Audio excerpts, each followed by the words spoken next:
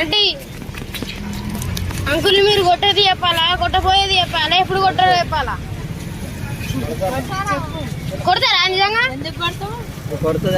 కొడతారా అమ్మా? కొందరాడాళ్ళు మహా కఠినులు.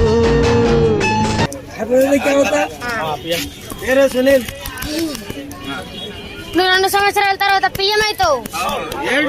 కరెక్ట్, నరేంద్ర మోడీ అవుతావు నువ్వు.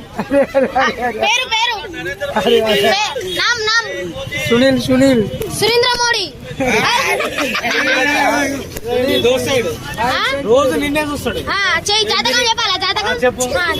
అది పెళ్లి ఎప్పుడైతే